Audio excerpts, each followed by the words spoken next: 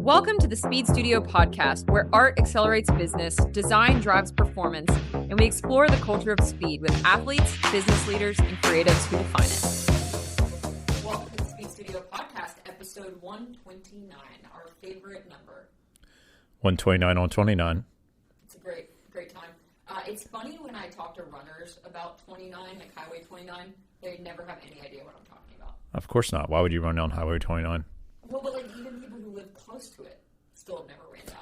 Well, maybe if you use Roosevelt Highway, maybe? I've done both. Oh, okay. Like, what?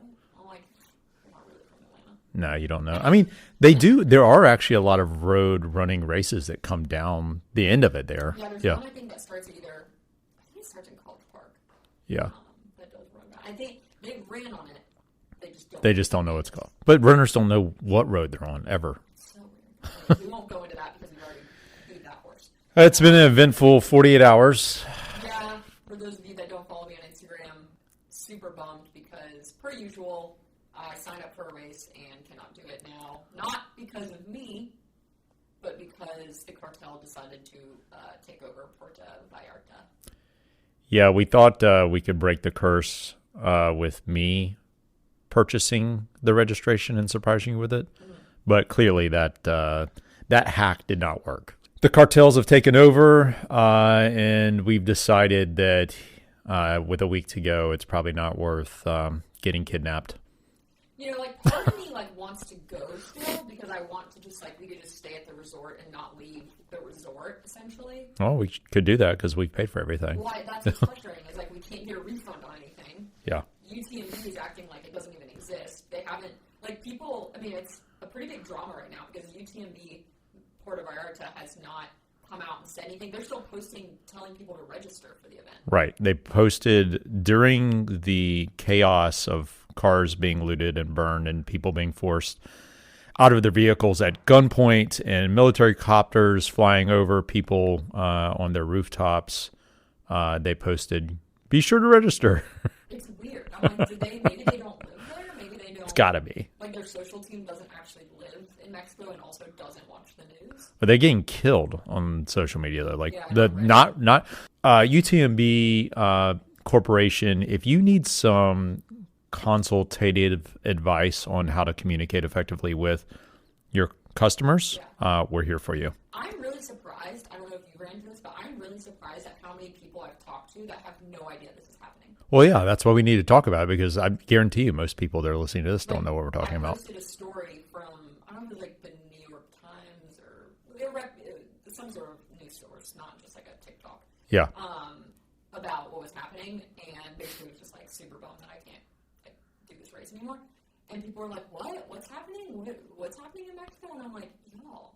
Because people don't watch the news; they just wait for something that's relevant to their algorithmic feed to tell them what's important in their life. Yeah, it's kind of.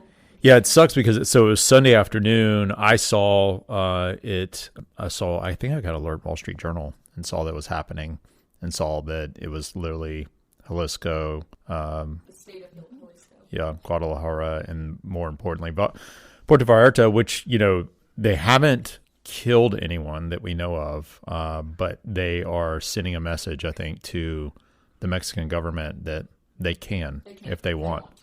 Basically, what they did is they went around the city, they burned all of the gas stations down, they burned the Costco, and then more importantly, they were stopping cars.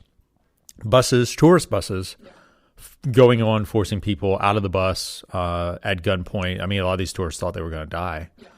They thought they were going to get abducted, and they instead set the buses on fire, set the cars on fire in the middle of the street.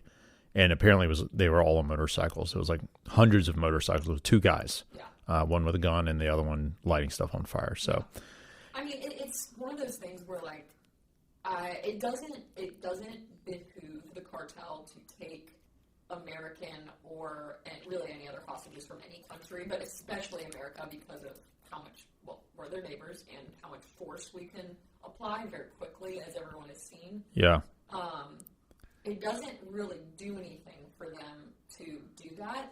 unless it gets to the point where they're so, because they're not trying to prove a point to America, they're trying to prove a point to the Mexican government and the Mexican military that they're not in charge, that we can destroy tourism. Yep. And so this was their way of not taking hostages, this is obviously my opinion, but like if I'm a cartel leader, I'm like, do not kill anyone, because once you kill an American or take an American hostage, we're all effed. Yep. Because they're going to come into, like, everyone knows where they're making all these drugs. People just leave them alone. Yeah. And so if they kidnap or kill an American, like, that's over. Like, their business is then completely effed. And if they just make it so scary or make people feel like if I go there, something bad is going to happen to me, they unilaterally destroyed all tourism in pretty much all of Mexico, because now people don't even want to go to Mexico City. They don't want to go. I mean, they went into the airports threatening people, and so I think they achieved what their goal was, which was not to kill anyone, but to just make it scary enough that the tourism would be hurt. It worked. I was talking to, so we have a business mailbox, and anyways, doesn't matter. But we have a business colleague. Yes, and so when I went in to pick up some packages today, I was talking to the guy who owns the business center. He's Indian, and he was like, he and all of his guy friends, they're all Indian.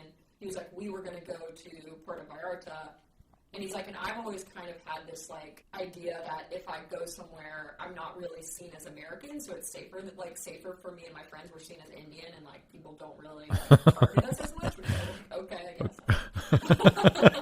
Not that these are your words, but he was basically like, but yeah, you definitely should not go. Yeah.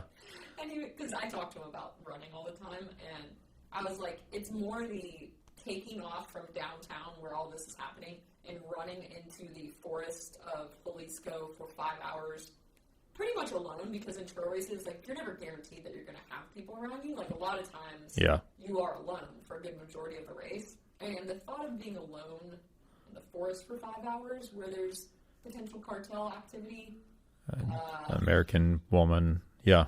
I don't know. It's like one of those things where it's not worth it. And I think about Ed. So Ed Byers, who was our previous guest, Navy SEAL, you know, a lot of the reason we lose military men and women in these special operations is because Americans like me go do some dumb shit. Exactly. Like run through a forest where we know there's cartel and we know there's activity, and then we do get abducted, and they're the ones that have to come save our ass. And usually they die. I mean, that was the fact scenario that led to the circumstances of Ed getting granted the Medal of Honor. Yeah. It was an American doctor, right? It was an American doctor who basically thought, like, nothing's going to happen to me. I'm going to go into a war zone and provide medical care, and then his own doctors that he was over there with actually betrayed him and gave him to the Taliban. Yeah.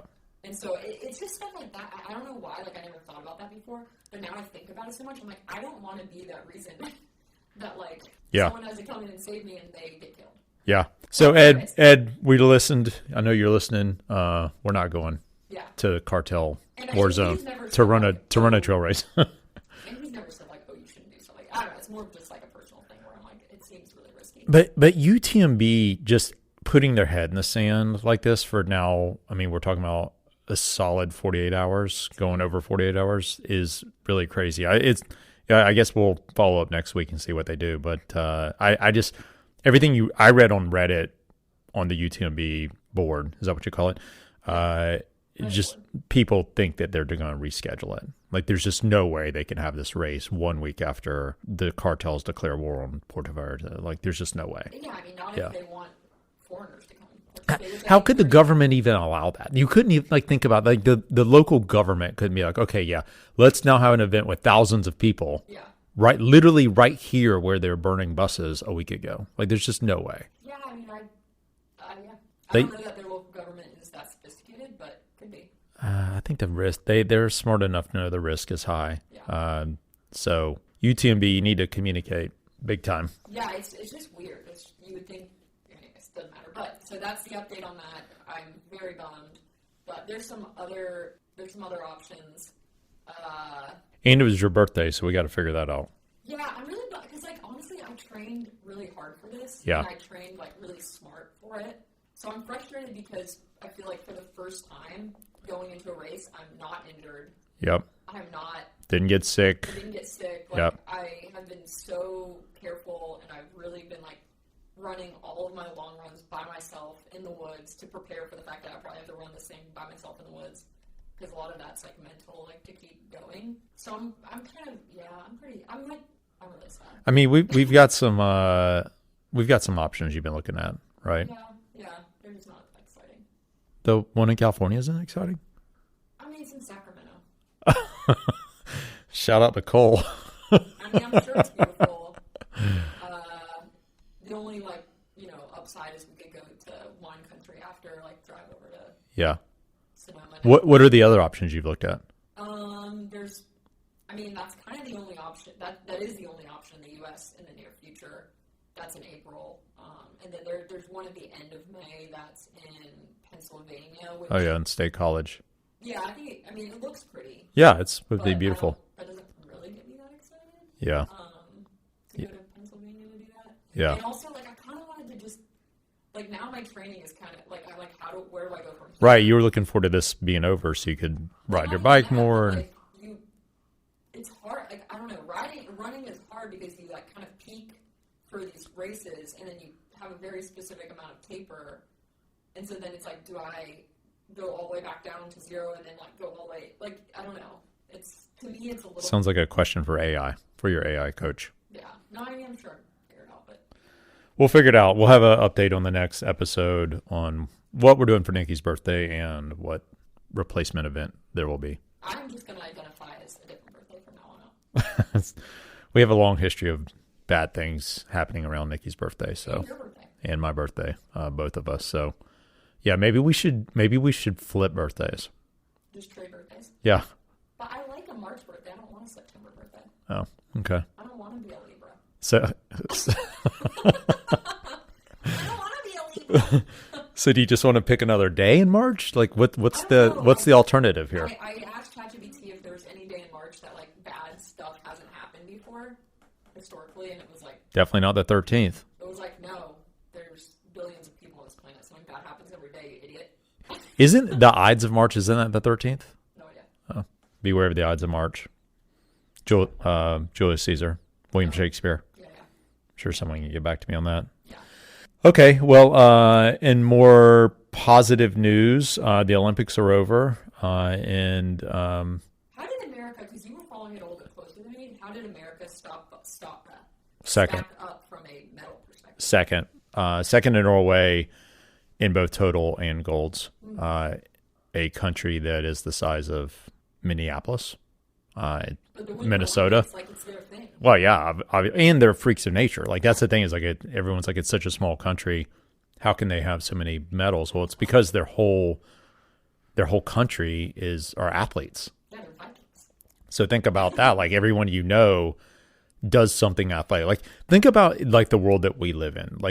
When you encounter someone, it's very unusual that they're an athlete. Yeah, that's true. In a place like that, everyone does something. Everyone runs, everyone rides, everyone skis, everyone Nordic skis. Yeah. So I my hat's off to them. I mean, them in Sweden did great too. Italy did awesome. Italy, I think, was third or fourth. Wow. But it's typically with a home team does really well. But they did well in events that they weren't even anticipating. So what was your favorite of the whole thing? Do you have any? Definitely watching Alysa Liu win gold was... Yeah, that's pretty cool. I always like figure skating. What's funny is I normally watch it a lot closer. For some reason this year I just didn't watch it as much. I don't know. It was harder to watch. Oh, is that it? Yeah. Because I feel like in the past I turn on the TV and it's just on the TV. Well, there's two things, and I've seen a lot of folks talking about that. With cutting the cord, people just don't have NBC anymore. So it used to just be on NBC, you would turn on a cable and it's there. Yeah. They would then feed you highlights. They would have the highlight shows. We cut the cord. There's no NBC for us. The only way to watch it is through the Peacock app. Yeah. So you had to go into the app, and they did have a nightly recap thing, but it wasn't very good. So you had to go searching for it. Yeah. You'd have to go search for the replay. You could watch everything on replay. But that bit of friction, I think, led to a lot fewer people watching the main events, like the figure skating. Well, yeah. I don't know if it's our TV or it's the Peacock app, but it's so slow. I think it's our TV. Oh, okay. It drives me insane. Up and I threw the remote at the TV Yeah, because the TV here in the studio with the Peacock app is totally fine. It's for some reason I don't know what's going on with the TV at home, but I agree it's infuriating. So yeah, I think the figure skating. Her story was what was awesome. Yeah, her story was amazing. I mean, the comeback, doing it her way. I like that story because I think it, and this actually could be a good segue into gravel as well. But this idea that now people have the resources and the ability to kind of take their destiny take their training, their destiny into their own hands. Yeah. I mean, I feel like that's how I would want to do it. Yeah. You know? It's just like you don't want this like formal process where some guy or girl's telling you exactly what to eat, what to do, what to sleep, where to train. It becomes so daunting. Like, I'm sure some people love that. Yeah. That kind of militant lifestyle. But for a lot of creatives, which she's clearly extremely creative, she doesn't thrive in that. So no, it was just refreshing to see her not take it so seriously and then be really good at it. Yeah. It's kind of like Pogača. Yeah, and I feel like what was the guy, the one who the quad god? Yeah, he was like supposed to be this knockout sensation. Choked. He just choked. So bad. Which was so disappointing because he's really young, right? He's super young. Yeah. It was, I felt super disappointed for him, obviously. But I think it's a good lesson for him because he did. I think there's a fine line with athletes between being cocky and being confident. He was erring on the side, from my perspective, of being a little cocky. Yeah. So maybe this will humble him a little bit and he'll come back even. He said as he was getting ready to start, it was the most nervous he'd ever been. Yeah. Like for the first time, he was like nervous. I think that like cocky attitude that you see sometimes athlete is like overcompensating for nerves. Yeah. At least that's kind of how I feel, but. Yeah, I didn't watch. I mean, I saw the highlight of figure skating, but I didn't watch any of it. I watched a lot of the Nordic stuff. I watched the biathlon, which, by the way, we found out the biathlon is the most viewed event in the Winter Olympics. What sport would you want to do if you were going to? Oh, definitely biathlon. So cool. Just the combination of the cross-country Nordic skiing and the having to come up to the line and slow your heart rate and be able to shoot accurately, and then the challenge of that is just like so cool to me. I wonder how people get into that. It's got to be like family. I think you grew up in Sweden, Finland, or Norway. Well, like in America, how do you get into that? I don't know. I think the athletes that were doing it were mainly from like Utah. Okay. Like, so it's probably just a cultural thing. Like that's what people do. Yeah. I think probably in America, they're probably really good at Nordic skiing, and then they see an opportunity to make the Olympic team if they got good at shooting too. Yeah. I think that would be a pretty fun one. Be really fun. I also think skimo. Skimo was cool. Yeah, I mean, I had never watched it before. I guess, I don't know if it's like relatively new sport or if I'm just all of a sudden hearing about it more. First time in the Olympics. Okay. Yep. But when I first heard about it was actually from Ansley, because Elliot was our friends that live in Colorado. When they moved there, they went from, riding bikes all the time to having to do some over winter, and that's kind of what they chose. Mm-hmm. And so I was like, oh, that's interesting. Like, you basically just ski uphill as fast as you possibly can and then ski downhill when you get to the top. Well, and you got to run upstairs. It's kind of like an obstacle course, so I think that'd be really fun. Well, it's like cyclocross. Yeah, and then... But you hate cyclocross, so... Yeah, I don't know, but it looks a lot more fun. Yeah, it looks a lot more fun. Yeah, because they're going faster. Yeah, so I think that'd be pretty fun. Yeah, it looked really cool. I had never seen it before. People described it to me, so the whole like ripping off the skins and all that. But to see them actually do that, it's pretty great. And then I didn't realize their skis when they're skiing down, they're so unstable. Yeah. So you gotta be super skilled to go that fast downhill. Did you see that Lindsey Vonn almost had to get her leg amputated? I did, yeah. It's really broken. She's so lucky that doctor was able to just fillet her leg open on both sides and like essentially let all the air out. Ugh, yeah. Because I guess I don't know exactly. I'm sure Alan McDonald can explain this to us, but the way she posted was that they had to like fillet her leg to let air. I don't know. No idea. That's terrifying. I saw the X-rays and made my X-rays look like nothing. Yeah, it was bad. To me, definitely the highlight was the last day, the hockey game. I mean, both the women and the men winning gold. Women is like, it's almost like our soccer team, so we kind of expect them to win. Yeah. So there's a lot of satisfaction in that. But the men's hockey game was happening while I was riding. Went to do the airport ride, which was a huge mistake because the wind was so bad.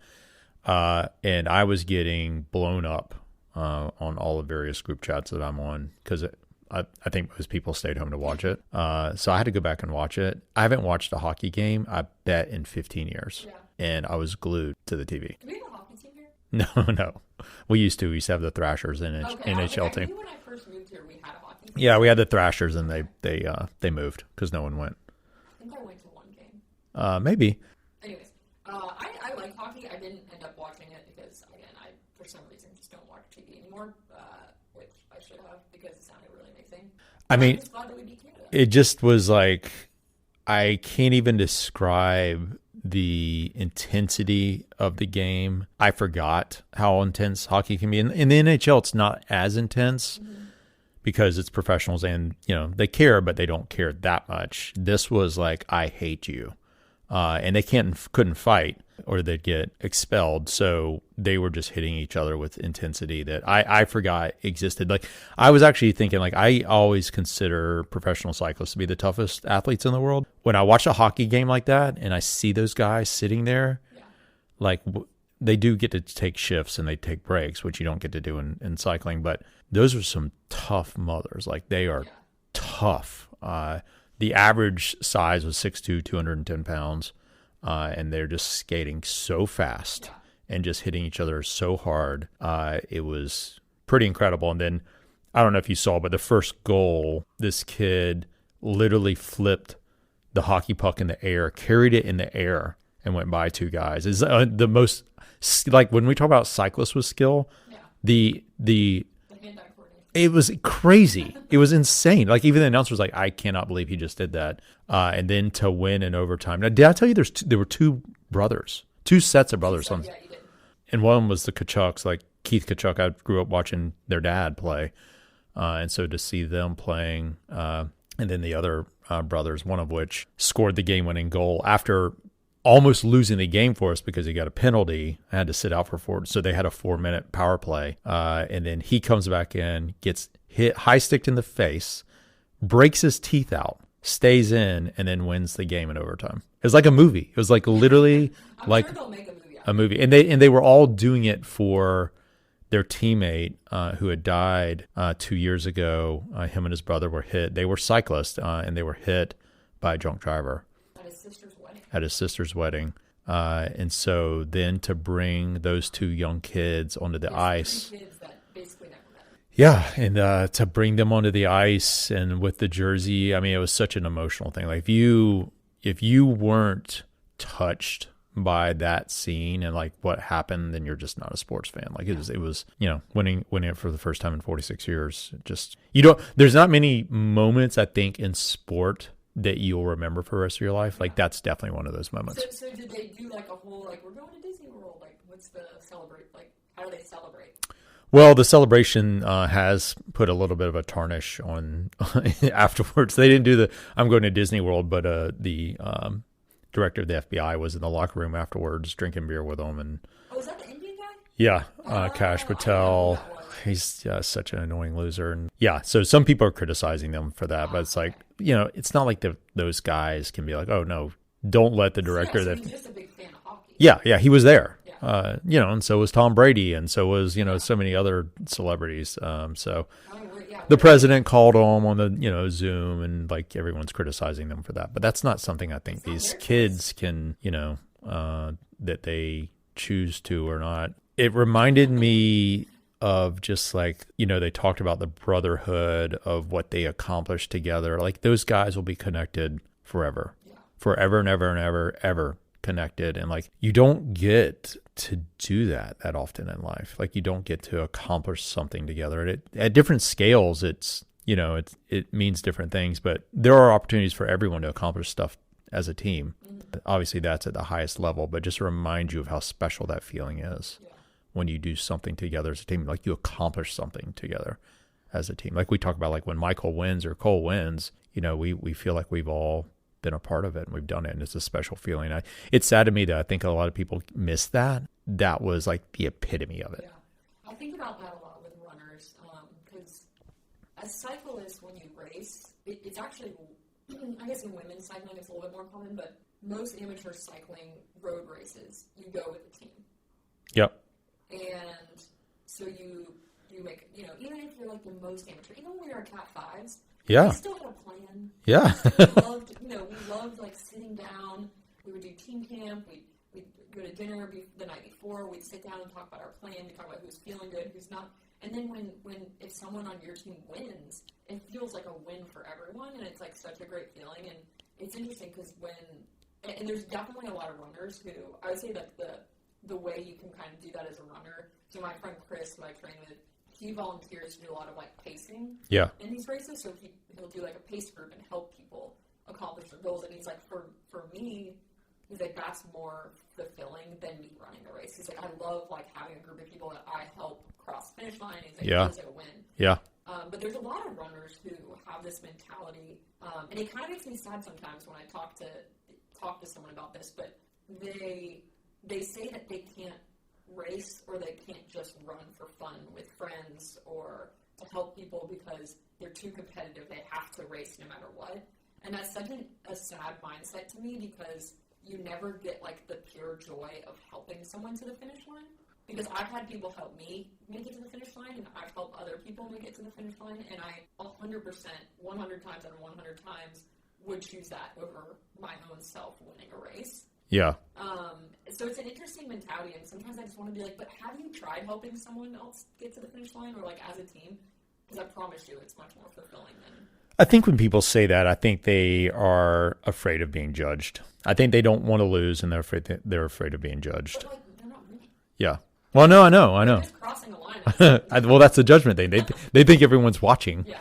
And what they need to realize is no one's watching. Yeah. Well, hopefully, if they watch anything in the Olympics, they'll see that part of the joy of doing anything competitive is actually, like you said, performance. I mean, people celebrated, second and third place like they just won something, and I would even recommend going back and watching that game, like put it on the background or something. It reminds you of like what team sport's supposed to be. Yeah. It was that incredible. And I've watched a lot of team sports. Yeah. Speaking of teams, we had a really great conversation with our friend Cole Townsend, who was on the podcast a couple months ago. He's doing an article about kind of like the professionalism of gravel, and I feel like we've talked about this. Of gravel and trail racing. And the parallels between those two things.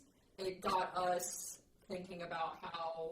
Well, we talked to Cole because he's writing this article about how trail running is about 5 years behind gravel racing, and how there's always this internal debate when things change about becoming more professional. Is that good or bad for the sport? And so he was asking us about our take on, what happened with gravel racing. And I've thought about this a lot. I mean, it's the natural evolution of any sport. Like when we started doing gravel races, they're primarily amateur events. There were some people that were really good at them, but they were mass start events. There weren't people making a living doing these. And, they're completely unsupported. And then what happened is the bike industry realized that there was a whole segment there that could really support an industry that was struggling, because mountain bikers only mountain bike and road racers only ride on the road. So all of a sudden we've got a new segment where you can bring both of those different groups into this new segment, create a whole new segment, create a whole new bike, all new equipment, and it's been a windfall for the industry. And some would say it even helped save the industry, especially through COVID. So that then attracts money, and then the stakes get higher, and then it provides an opportunity for it to become more professional. And yeah, they're not all mass starts anymore. There's professional waves, and then there's the mass start, but it's still a mass start. And every sport that's ever existed has gone through this. You can't fight it. Exactly. Like there's no sport that you can say it started as professional. The Tour de France was amateurs when they started. John Naismith, when he created basketball, there weren't any professionals. Same thing with football and every other sport. Baseball is the same thing. So it's just the nature of it. And I think the people that I see criticizing it, they're just not competitive. They don't like the competitive nature of it, but you don't have to compete. You don't have to. You start with a mass start. Right. And then you can say, well, but now, lifetime events are $300 to register and it used to be $50. Well, you know what? There's a local gravel race near you that I guarantee you is $50, exactly. And you can do that. And there's actually one in Atlanta this weekend. And honestly, get it. Things are expensive. But at the end of the day, like, the amount of money it takes to put on these races is insane. Yeah. I mean, these companies are barely breaking even. Like Lifetime Fitness is not making massive amounts of money with Lifetime gravel events. It's less than 5% of their total revenue. Exactly. So it's one of those things where it's more of a marketing thing. It's more of a, I mean, I think, candidly, it's a personal passion thing for a lot of the executives. You can go back and listen to our episode with Chemo. Yeah, Chemo, great guy. But yeah, I mean, it is what it is. Like, because also, if the same people that complain about the price of it would be the same people that would complain if the course was dangerous, if there was no rolling, no protective rolling start, if there was, like, they'd be the same people if there was no signs. They'd complain, oh, I got lost. If there was cars on the road and not a rolling enclosure, they'd complain about that. So it's like, well, you either want these things that make it safer, which is what costs money, or you don't. Or it's about the experience. Like, it's a great experience to go to Steamboat and have this giant event, and Amy and the team put on something that makes you feel like I'm part of something special here, versus a local gravel race is great. And I love a local gravel race, but it doesn't feel that way. Yeah, exactly. And it requires money to do that. And also, like, this is, if you're flying from anywhere out to Steamboat to do, which anyone that's done that, it is a pain in the ass to get to Steamboat. If you're flying into somewhere in Colorado or wherever and then driving to Steamboat, that's your vacation. Yeah. And so it should be a good experience. So it should be a good experience. And do you go, like, my thing is, like, do you go to a ski resort and complain when they charge you a fee to go on the gondola or whatever it's called, like the ski lift? Yeah. I'm sure there's people that do complain, but no, I mean, it is what it is. Like, it costs money to go on vacation. I just look at it as it's just the cost of going on vacation and having a good experience. Yeah. Like, that's just it. And then there's the other whole side of it is, look at the fact that it's presented an opportunity for these athletes to do what they love and make a living at doing it. And if this didn't exist, that wouldn't be possible. Yeah. Like, they wouldn't be in the world tour or, on a pro continental team. They wouldn't be able to support themselves and live a lifestyle that is still not amazing, but it's what they want to do, and it presents them with the opportunity to do it. So what's your solution?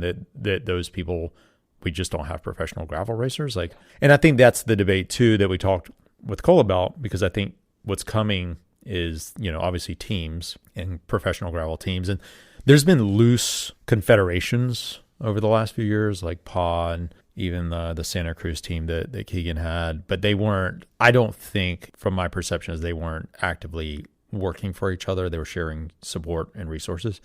Now you've got, I think for the first time, you've got Specialized Off-Road Racing. They are a team. They are clearly working for each other. We saw Matt Beers working for Mads at Centavi. That's just another part of the evolution. And you just got to accept that. And I tell you right now, the pros, they're totally in support of that, because it brings more professionalism, which again brings them more opportunity. So they're not against it. The one thing though that we did talk about, I think that's unique to gravel racing, and will also, I think, have to be at top of mind for trail racing, is the access that these events have to professionals. And so when you elevate this idea of a team, all of a sudden, if they start acting like road teams, and you go to the event, you go to Steamboat, and you never see them other than when they're on the start line or on the podium, that becomes a much different experience, because a lot of the success of gravel, in my mind, is the fact that the average Joe can go and ride next to Keegan. Well, and this is going to, like, I think that's what will make gravel teams successful or not. Because if I'm running a gravel program, which we are, I'm not giving Cole and Michael the opportunity to stay an hour off campus to go to sleep as early as possible and not have to talk to anyone, even though I'm sure that's what they would, maybe not Michael, but no. I'm sure that's what they would. Michael would. I would say, you know what, that's part of this business is interacting with fans. Yeah. So you're going to go and you're going to be at the expo and you're going to interact with fans. Go to the shakeout rides. You're going to go to the shakeout rides. This is not going to kill your opportunity at performance. And I would say from a marketing perspective, like, these teams are going to have to really think about that, because as soon as you take everyone off campus and they're not accessible anymore, I think your program is out the window. Yeah. They have to be very deliberate about this. They just have to be very deliberate. Yeah. I think the only other thing that I feel like, because I believe Michael mentioned it, is like lead vehicle, like caravans. Mm-hmm. I think he said at Santa Fe there was like some people that had cars up the road that were like on the course. Well, yeah, for support vehicles, they weren't on the course like they weren't like racing like a caravan. But he meant they were like going up the course to the different feed zones, and they'd have cars there like with support. See, that I'm kind of like on the fence about, because I get it; it's part of the professionalism. But I'm also like, I do think the uniqueness about gravel is having this unsupported nature. I don't know. I just think it makes it more interesting to have to actually plan to. I think it depends on the event. I like that there's different events doing different things. Yeah. Like Unbound, completely, you have to do it yourself. Yeah. But, a super intense race in Europe with 270 guys, I'm fine with there being neutral support or team support. I think it depends on the race. I like but that is, the evolution of the sport. Then that's what we talked about with Cole Townsend, is that inevitably, the sport's going to have to decide if they want one unifying governing body that's going to make these calls. That's going to decide that. I think about, which we didn't talk about with Cole, but at some point, and I know a lot of these guys are they're already on whereabouts and getting tested by USADA and WADA and all the that's a good point. Organizations, but there's a lot of guys who aren't on whereabouts, yep. aren't on any of these testing, tracking sites. And so I'm not saying that like the majority of guys are doping by any means. I don't think that at all. But there's definitely going to be a point where if you're a pro gravel racer, you're going to have to because it's not fair for guys that are on all these tracking sites to be racing against guys that don't have to do any of that. Because, Michael, just like a lot of the professionals, like, he's literally going to update his whereabouts constantly, and they can come test him anytime. Yeah. I think that's to my point on the governing body thing, is like the races are going to have to decide whether or not that's important to them. Yeah. And when they do, and then you've got to get a governing body involved, that's when they start to step in and put protocols around things and rules around things to make it more universal. And it is in the spirit of competition, though. Like, that's what we have to remember. Like, the reason the rules exist, and I know I don't agree with all the rules, like UCI rules, but they're doing it to make things fair. Yeah. And when the stakes get higher and higher and higher, which they are, especially with teams and more money coming in, then you will have bad actors do bad things. Yeah. Because they're desperate. Right. And so to your point, yeah, I do. That is a part of gravel racing that bothers me, mainly because our racers are on whereabouts, because they race UCI, they race USA Cycling, and then you've got guys that just do gravel that don't have any controls. Yeah. And that is concerning. But what's interesting is like the professional trail runners, they do get tested. They do? Yeah. The top, what was her name? Joel. Oh, that's right. Yeah, she got busted last year. So then it's, those series has probably decided whether it's, Golden Trails, UTMB. So they probably decided that we want some type of WADA or some type of doping controls to make sure that, that it is fair. I think that is a bit of a dark cloud hanging over some gravel events that people aren't really talking about. Yeah. Yeah, and I didn't really want to bring it up yesterday with Cole, but it was something I was thinking about. Yeah. And I know he's newer to riding bikes and racing bikes because he's traditionally a runner. So I don't even know if he really thinks about that side of things as much. But it is something that I constantly think about. Yeah, because we just had a lot of friends be affected by it. Yeah, a lot. I got beaten a race by a guy that in that race was doping. So yeah, so that's it's interesting to watch trail racing, evolve. Like Cole talked about 5 years behind gravel racing, and they're experiencing the same debates that gravel races have been experiencing.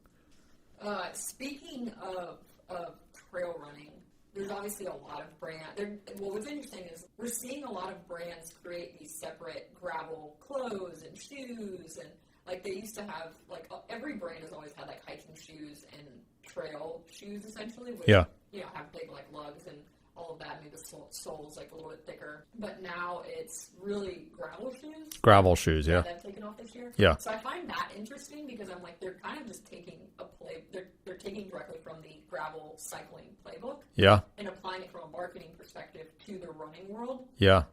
Which I think is, I'm like, whatever. Like, if people want to buy a gravel shoe, fine. To me, I don't follow it that closely, but I am a Solomon fan. And I see they've just taken their running shoe and put like a little bit grippier, knobbier tread on their running shoe, and that's their gravel shoe.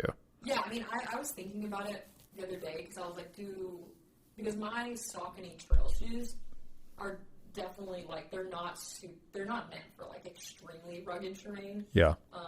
Where I would consider them honestly a gravel shoe because they're the lightest trail shoes that I have been able to find.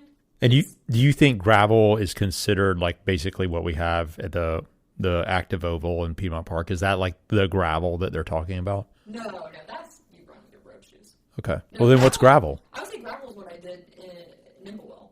Oh, okay. Yeah. Run on a dirt road. Yeah, it's just a dirt road with gravel on it. Okay. I mean, climbing that climb, like that's gravel. Yeah. But I could also do that on a road shoe. Yeah. The difference is I think the biggest difference with road shoes that I've experienced with gravel, because someone was like, oh, can't you just do that on your road shoe, is that a lot of road shoes are just not as stable. And so if I were to put on my Saucony racing shoes, I'd twist an ankle if I tried to. Right. Because it's just not stable. But you can buy a really stable road shoe and do gravel. It's not difficult. Now, if going up to like Kennesaw, where there's a lot of like really big rocks that you have to climb over, like there's a lot of granite, I would not want to be in a road shoe trying to run across granite, because if it was slightly wet or sandy, you're done. Yeah, you're done. Yeah. What about grassel? Grassel? Mm-hmm. Like gravel with grass? Yeah. You ever heard of this? No. That's like the joke. Like the next thing in cycling is grassel. Did you see that grassel over there? Like riding your bike on grass. Oh, interesting. Isn't that just called cyclocross? I think so. Yeah. Yeah, I don't know. I think it's smart. I think it's fine. And then we had a lot of drama with this co-founder of Satisfy.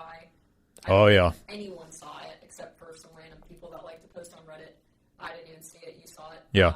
But I only saw it because of Cole. He went crazy on Instagram about Currently Running copying him or copying their designs. Well, he started sending a DM to the founder of Currently Running, told him that he was a parasite and that he had no original ideas, and they reminded him of that shitty brand from New York, referring to Bandit. And he then screenshotted his own messages. And I'll give it to the Currently Running guy.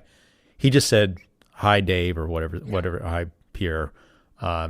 Whatever his name is, he just said hi and didn't respond anymore. So it was just this guy going off on him, like on his own, unilateral. Is he French? Yeah. So he's probably to do this through like a translator app, which makes it even funnier. He speaks English. Oh, okay. And then he screenshotted it and he put it on his social. People are crazy. I don't know. I mean, that's what we were talking about. I was like, this is clearly a guy that lives in his own echo chamber and is obviously extremely creative, but just assumes everyone will agree with him. Yeah. When in my mind, he damaged the brand by doing that. Yeah, I don't think that they had a huge brand following anyways, so I don't know that. Satisfy? Who buys Satisfy? We talked about that. Rich guys in New York and Paris. And you think rich guys in New York and Paris, because they don't even make stuff for women. It's literally just for men. And you buy unisex stuff. But do you think that these rich guys care that this kook went off? Well, what we said is they probably don't care, but the people there on the fringe that think about possibly buying, I mean, you bought a shirt, would think about possibly buying something, that now puts them off. Yeah. Like, he doesn't realize that just because you make a cool brand and articles and products, that your brand also isn't attached to you and how you interact and behave with the world. Yeah. And it is a lot, especially if you make yourself the face of the brand. Yeah. And I just think acting that way. Do they have investors? I'm sure they do. Because all I kept thinking about is like, we've seen this happen with a lot of female founders. Yeah. And I will say it's kind of crazy to me how fast people turn on female founders that do this thing and how they don't really like. Yeah, it becomes news. Like, yeah, it becomes like it's literally news. Like, it's in Fast Company. She sent one message to a girl and told her she sucks. Yeah. Fire her, and then they literally get fired. Yeah. Like they get removed from the company. Basically, every millennial brand founded by a female that has happened to them. Yes. Like, and I'm always kind of like, okay, that's crazy. Away, Outdoor Voices. It's happened to all of them. Yeah. Insane. Yeah. But then with him, I'm like, no one's even really like, I don't think people can, I don't know. It's like, it's just a weird double standard. Because I haven't seen anyone talking about it except for Cole. I think though there's such a niche brand that in a niche sport that's why. Yeah.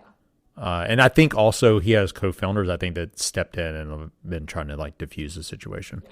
But yeah, I mean, they're all copying each other, so I don't know why. Like, to me, it looks like he's copied Polymarket. Yeah. Like all of these running brands, like I even think Bandit. Or even think about this, or his whole thing around punk rock. Like, you know, he tries to make things look punk rock.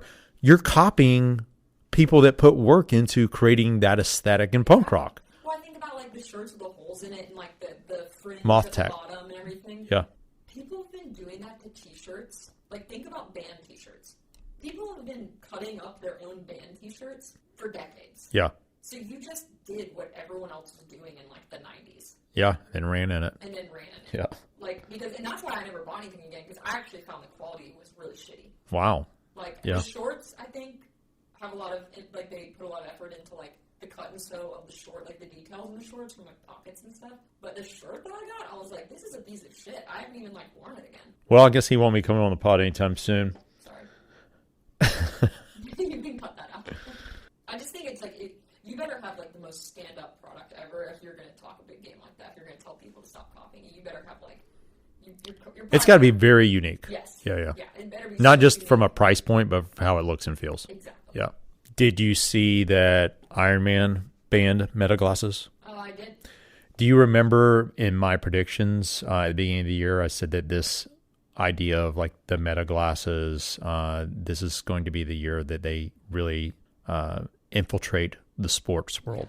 And I do think there's a lot of opportunity for sports to take advantage of this. Like it could be really cool. But to me, Ironman being the first ones to ban it, it's going to be interesting to see what the UCI. To me, watching Ironman record something on their glasses would be like nailing up through my brain. I know for you and me, but for iron people, for triathletes, they would love to see, you know, a pro turn on their glasses, you know, during an event and post about like what. Think about the transition.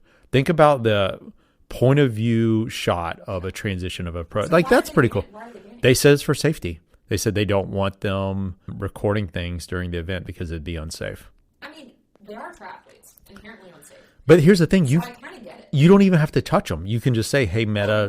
What if Joe Schmo is on his first Ironman and he's descending down Mount Oahu or Mount Oahu? Okay. I just made that up. And he's like, Meta, watch me descend, and he just like literally crashes because he's talking to Meta the whole time, and then he causes like a massive pileup. I could totally see that. I mean, I don't think they have pileups, but I think an amateur, yeah. So why not just ban amateurs from using it, I guess? Yeah, maybe some of the professionals are also bad biking. Yeah, I don't. Well, they definitely are. I just hope that that they don't start a trend. I want to see Meta. I should say, I want to see onboard camera footage during the Tour de France. Like that is cool. Like they started putting the GoPros on the bikes a few years ago. That changed things. Mm-hmm. It's all though, you know, from the back of the bike looking at people behind you. But imagine if you have point of view and you could hear, and then imagine if you could stream it live, like during the event, go to Poggy's glasses and see what he's doing and who he's talking to. Or imagine if you had Meta glasses and you could stream what he was saying to your own Meta glasses and you could literally watch it as if you were on the bike. Oh, I think that's coming. I think that, the virtual reality. I think 100% that's coming.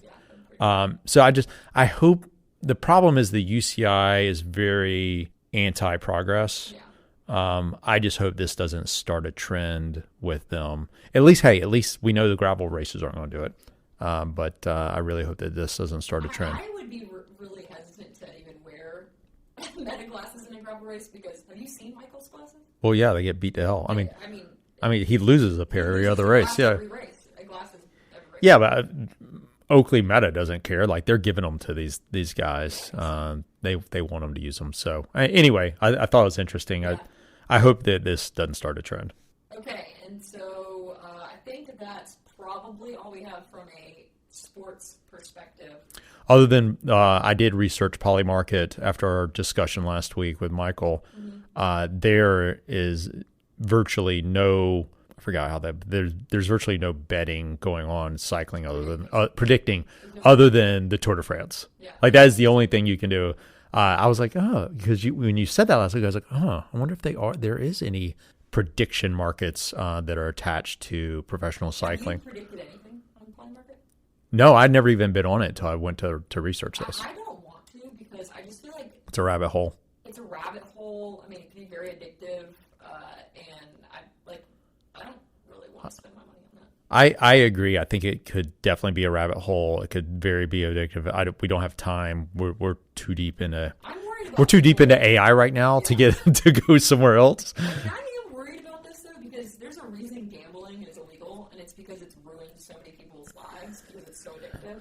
Yeah. And I'm like, now we just open up this whole can of worms for all of these people that are already addicted to everything to become more addicted to things. It's just, I don't know. Well, it's ruined traditional sports in America. Yeah. I mean, now when you watch ESPN, all they're talking about are the lines on everything. I don't watch sports. Yeah, so that's already happened. The cat's out of the bag, the toothpaste is out of the tube. But The toothpaste out of the tube? yeah, you never heard that saying? No. You can't put toothpaste back in the tube once it's That's out. true, yeah. So that's already happening. You can put a cat back in the bag though. So that one doesn't work as easily. That's true. But to Cole's point, though, I do see an opportunity there because the people setting the lines probably have no idea what they're doing when it comes to cycling. Yeah, that's true. So even the Tour de France, I don't know. And then they, Polymarket announced this partnership with Substack, which is just weird. The whole predictions thing, what's happening right now is it's very concerning. I don't know what's more concerning, what's happening with predictions markets or what's happening with AI. I think all of it because we know, I think AI, long term, I don't think predictions are going to destroy the world, but I do think so last night. We had an analyst, you're going to say. So last night, I don't know if you heard me do this, but you were telling me, which we'll talk about in a second, you were telling me about these analysts that wrote a Substack that essentially crashed the stock market yesterday. Yep. And then we went into this whole rabbit hole. Like, you don't even want to be at our house at night. Like, gosh, like we're like talking about like the end of the world. So I looked over to Alexa and I asked it, Alexa, will AI cause the end of the world? And how long will it take? And she responded, experts believe that there's a 25% chance of a great extinction event due to AI in the next decade. Yep. Not the next century. Not the next 1,000 years. Yeah. The next decade. And I was like, say what? So Alexa, that sent us into a dark hole. That's scary. The fact that Alexa, because Alexa is basically AI. Yeah. I mean, what happened, I saw the market crash. I wouldn't say crash. The market going down significantly yesterday. And I was like, what is going on? And then I unbricked my phone and got all these alerts. And I went and read the Substack post by these analysts. And effectively what they're saying is, imagine it's 2028. Here's the situation, and here's what happened to make us get here. AI company stocks. Did those Booming. go up? Booming. Yes. I need to check my Charles Schwab. Yeah. So, and it's just, it's a doom loop that's created by AI that, it's not reality, but it painted a picture of what could happen. Mm-hmm. And it's already, what's happened the last, basically since February 5th, with SaaS companies, and they continue to decline because the market and people are starting to realize that, this is going to be a real game changer when it comes to software. Basically, the Substack said that everything is going to go to hell in a handbasket because all we have is white-collar jobs, and all those jobs will be eliminated. Therefore, everyone will be homeless and starving. 50% of the U.S. are white-collar jobs, and 75% of the GDP. Those are the consumers. The white-collar workers are the consumers that fuel the American economy, and if they lose their jobs, then there isn't a solution. I hope, though, that maybe it will force people into more agricultural type jobs again, and we can have, instead of like all of these like processed foods and everything, maybe people will take pride into like actually like farming and.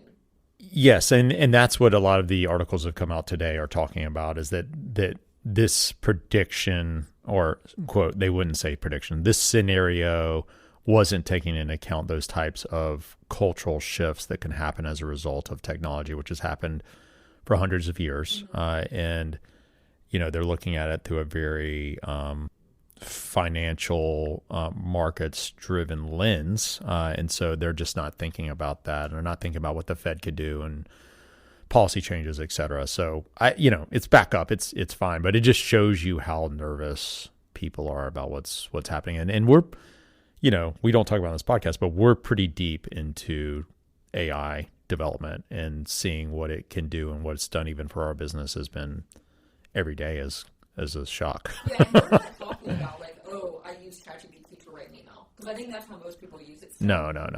Yeah. If y'all aren't figuring out how to use AI outside of write me an email, you're so far behind. I spend 90% of my time on the Claude Anthropic desktop.